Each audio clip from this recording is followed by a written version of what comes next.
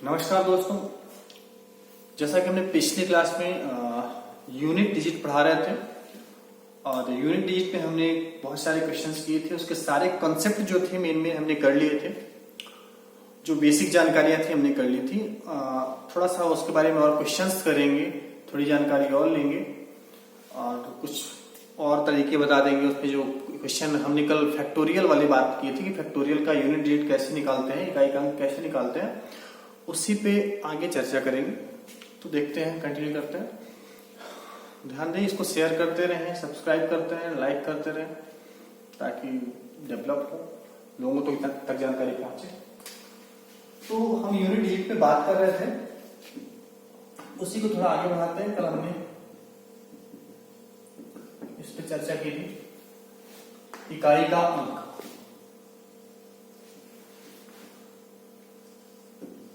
हमने बहुत अच्छे से इसको प्रॉपर समझा दिया है, हमने कैसे क्या करना, बिल्कुल बेसिक से लेके जीरो लेवल से लेके हमने बता दिया इसमें कैसे कैसे क्वेश्चंस आते हैं।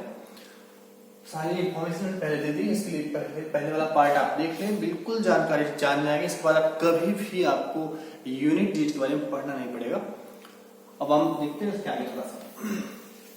जैसा कि हम जानते हैं, पिछली क्लास में हम बता चुके हैं, किसी संख्या का जैसे 1 + 2 + 50 + 9 4, इसमें बोले कि इकाई का अंक क्या होगा।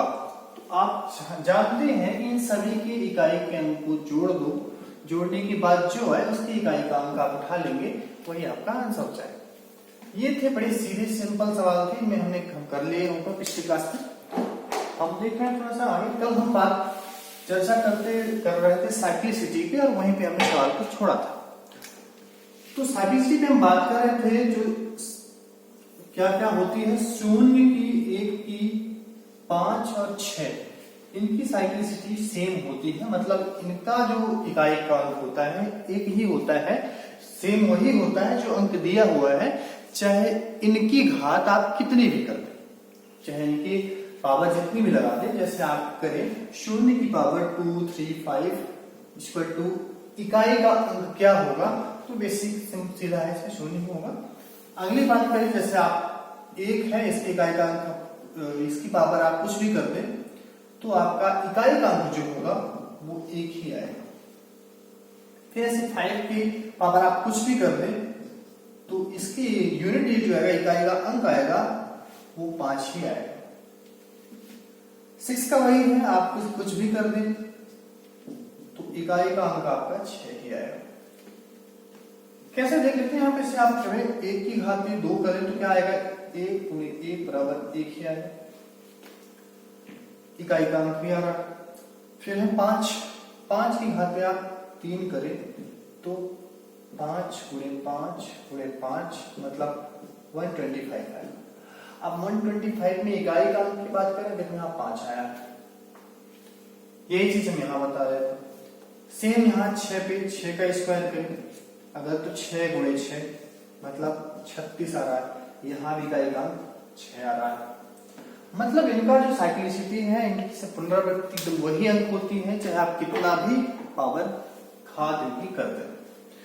तो ये तो थी इनकी पावर। मतलब आप सीधा कोई सवाल आए, इनमें से कोई बड़ा सवाल अगर आ जाए तो आप सीधा कर देंगे। आगे हम सवाल को देखते हैं कैसे।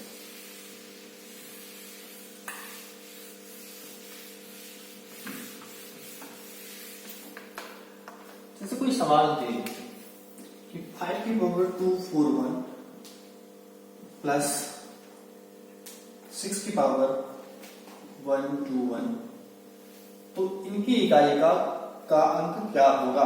तो आप जानते हैं इसमें कुछ भी नहीं करना, ना ही 4 का भाग लेना है जो मैंने पीछे बताया है, ना ही इसमें कोई कुछ भी नहीं करना। आप जानते हैं कि इसको हम कितना भी सॉल्यूशन निकालेंगे, कितना भी सॉल्व करेंगे, आपका इकाई का अंक जो आएगा वो 6 आएगा, सॉरी 5 आएगा।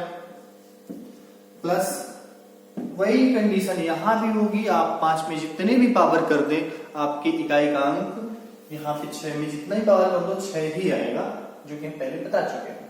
तो ये 6 हो गया। अब इसको जोड़ देंगे, 6 5 11 में हमें इकाई का अंक चाहिए, हमें इससे मतलब है, मतलब इकाई का अंक आपका 1 आएगा। तो ये थोड़ी सी कंडीशंस थी जो पिछली क्लास में हम देखे थे, उसको हमने प्रॉपर बता दिया। सारे नंबर्स पे ऐसी कंडीशन फॉलो होंगी जो जिनकी साइक्लिसिटी सेम है। तो कल हम बात एक और चीज कर रहे थे, हम फैक्टोरियल का इकाई कैसे निकालेंगे वो चर्चा कर रहे थे। उसके थोड़ा और क्वेश्चंस देख लेते हैं। तो हमने तो चर्चा की थी factorial 1, factorial 2, factorial 3, factorial 4, factorial 5, factorial 6, इनके बारे में हमने बात किया था कि इनका मतलब, फैक्टोरियल का मतलब आप जानते हैं क्या होता है, एक है तो एक ही होगा। इसका मतलब होगा 2 × 1 यानी 2। इसका मतलब 3 × 2 × 1 = 6। यहाँ पे होगा 4, 3, 2, 1 24। 5 × 4 3, 2, 1 5 चौके 20 का हिसाब 120 ये हो रहा है। तो आप ये जानते हैं, हमने कल बताया था कि जो साइक्लिसिटी आपकी 4 तक ही परिवर्तन हो रहा है इनमें। जैसे पहले यहाँ पे 1 आ रहा है, यहाँ 2, 6, 24, 4। इसके बाद जितने भी नंबर आएंगे ना यहाँ अंशमान तक, उसमें इकाई का अंक जो है आपका 0 ही आएगा। मतलब आपसे पूछ ले कि फैक्टोरियल कितना भी नंबर बड़ा नंबर है, फैक्टोरियल 540 4 1, इसकी इकाई का अंक क्या होगा, तो आप कह देंगे 0 आंसर होगा, सीधा आंसर 0 मान देंगे। क्यों, हमने बताया है। वजह है सीधी निकलेगी कि आप जानते हैं कि अगर ये 0 यहाँ पे आ गया है तो इसके बाद आप किसी भी नंबर का मल्टीप्लाई करेंगे तो एक यूनिट डेट में 0 आएगा ही। मतलब कहने का 4 के अलावा कहीं भी कितना भी बड़ा यूनिट दे दिए फैक्टोरियल में नंबर और उसका इकाई का अंक पूछे तो 0 ही होगा, सीधा ऐसा दे। लेकिन इस पे ऐसे क्वेश्चन, बड़े क्वेश्चन बन जाते हैं। जैसे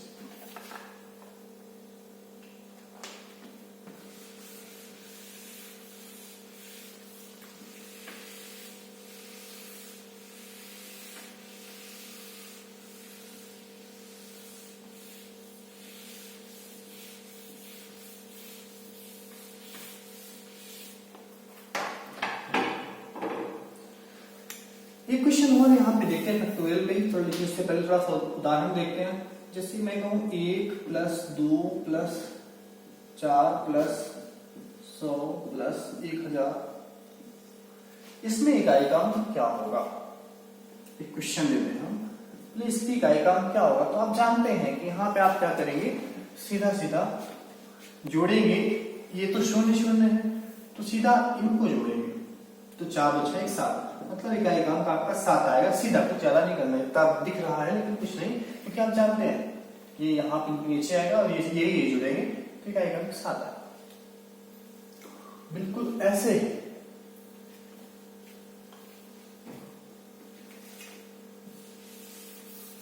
मैं कहूं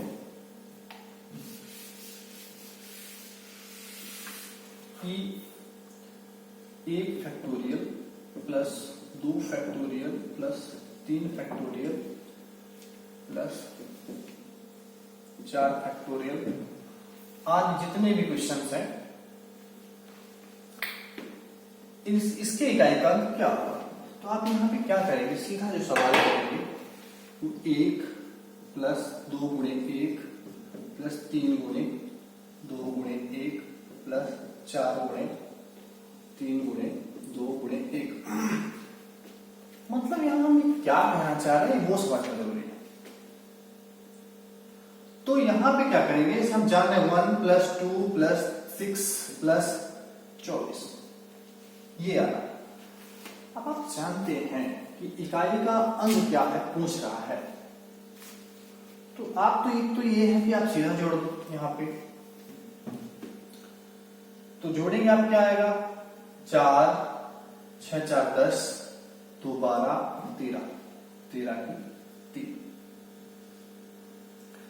मतलब इकाई का अंक क्या आ रहा है, 3 आ रहा है। कैसे जोड़ेंगे आप, 6 4 10 2 12 13 13 की 3। अब यहाँ पे 13 की 3 आ गया तो इकाई का अंक आपका सीधा यहाँ पे 3 होगा। लेकिन अगर हम ऐसे करें, हम जानते हैं कि 24 जो है 4 से कट जाएगा, 4 6 2 8 ये भी कट जाएगा। इसको समझाने से पहले एक और क्वेश्चन हम कर दें ताकि आपको थोड़ा आसान शब्दों में हो जाए। इसको साइड रखते हैं वरना साथ समझ ना आएगा आपको। मैं कहूं कि किसी संख्या की घात 2 की घात 13 फैक्टोरियल, तो मैं पूछी इसकी इकाई का अंक क्या होगा, तो आप बताएंगे कि फैक्टोरियल 13 जो है आप जानते हैं। एक चीज और बता दूं, जो भी संख्या फैक्टोरियल 4 के बाद जितनी भी संख्याएं आएंगी वो सारी की सारी संख्याएं 4 से पूरी विभाजित होंगी, मतलब उनमें पूरा भाग 4 का जाएगा। आप कोई भी संख्या उठा लें, फैक्टोरियल 3 है, 3 के बाद भी कोई संख्या आ रही है तो 4 से पूरी तरह विभाजित होगी। मतलब एक चीज पक्की है और बता दूं, यदि किसी संख्या में हमने सारे नियम पहले बताए थे इसके पहले कि किसी संख्या का रिपीटेशन जो होता है 4 तक होता है, 4 के बाद वही संख्या आ जाती है। पर एक चीज हमने वहां पे नहीं बताई थी कि यदि कोई संख्या में जैसे 4 का भाग किसी संख्या में, यहाँ पे 8 है, इस संख्या की घात 2 की घात 8 है, इसमें यदि आप 4 का भाग देते हैं, या 12 है, इसमें यदि आप 4 का भाग देते हैं तो यहाँ पे 4 नहीं 12, मतलब पूरा कट जाता, रिमाइंडर कुछ भी नहीं बचता। हमें रिमाइंडर चाहिए होता है, शेष फल कुछ नहीं बचता। शून्य जब शेष फल बचता है तो हम यहाँ पे घात 7 की घात शून्य नहीं लेते बल्कि 4 लेते हैं। क्यों लेते हैं 4? क्योंकि हम जानते हैं अंतिम जो रिपीटेशन होता है वो 4 का होता है, फिर 4 के बाद वही रिपीटेशन शुरू हो जाता है। तो अंतिम जो संख्या होती है 4 की ही होती है, इसके बाद 5 आएगा तो उसमें रिपीटेशन शुरू हो जाता है। तो जब भी शून्य शेष फल आए तो उसकी घात 4 लेते हैं, शून्य नहीं लेते। हम यही बात यहां कहना चाह रहे हैं। जैसे आप 2 की घात कहते हैं 13 फैक्टोरियल, तो आपको एक चीज पक्की बता दें, जब भी आपकी पावर 3 फैक्टोरियल से ज्यादा आए तो आप मान के चले कि वो संख्या 4 से पूरी विभाजित है। हमेशा जब भी कोई संख्या 3 से ऊपर का फैक्टोरियल आए, यहाँ 3 तक तो आएगा तो आपको 3, 2, 1 अंक करना है, लेकिन जब भी 3 से ज्यादा यहाँ 4 हो जाए मतलब वो 4 से पूरी विभाजित है। और जब 4 से पूरी विभाजित होगी कोई संख्या तो उसका शेषफल शून्य बचेगा। जब शेषफल शून्य बचेगा तो शून्य में हमने अभी बताया, जब शेषफल शून्य बचे तो हम उसकी पावर शून्य नहीं लेते। जैसे इसलिए 4 से पूरी विभाजित है क्योंकि इसका फैक्टोरियल 13 है, मतलब फैक्टोरियल 3 से ज्यादा है। फैक्टोरियल 3 से ज्यादा जब भी संख्या में होगी वो 4 से पूर्णतः विभाजित होगी। अतः शेषफल जो है इसमें शून्य बचेगा, और जब शेषफल शून्य बचे तो हम घात शून्य नहीं लेते, 4 लेते हैं। कैसे, ये सब हम बता चुके हैं पिछली वीडियो में। तो यहाँ पे 4 लेंगे और फिर 4 लेंगे, जो आएगा इसका आंसर आ जाएगा। इकाई का अंक यहाँ से याद कर लेंगे, जैसे 2 गुणे 2 गुणे 2 गुणे 2, 2 दूनी 4, दूनी 8, दूनी 16, 16 मतलब इकाई का अंक 6, आपका आंसर हो जाएगा।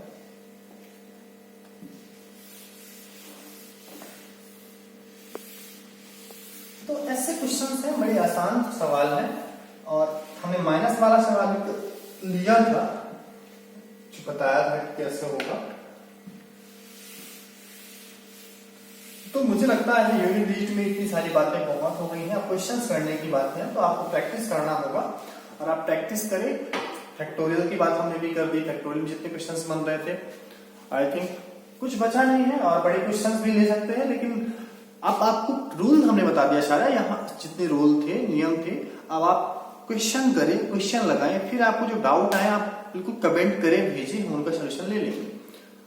क्योंकि मुझे लगता है मैंने 3 लेक्चर इसमें लिए, बहुत छोटे टाइम पे किया, हमने लगभग 8 से 10 मिनट में सारे के सारे नियम बता दिए हैं, ताकि आपको कोई भी ऐसा सवाल नहीं बचने वाला है। अगर आपने प्रॉपर 3 लेक्चर को देखो, आप 10-10, 12-12 मिनट के लेक्चर, तो आपका इसमें यूनिट टेस्ट में कोई भी ऐसा क्वेश्चन नहीं बनेगा जो आपसे ना बन रहा हो।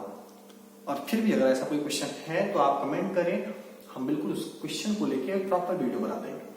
तो मुझे लगता है इस पे यहीं पे खत्म करना चाहिए, अगला टॉपिक उठा लें। तो आप ही के लिए धन्यवाद। लाइक करें, सब्सक्राइब करें और शेयर जरूर करें। Thank you.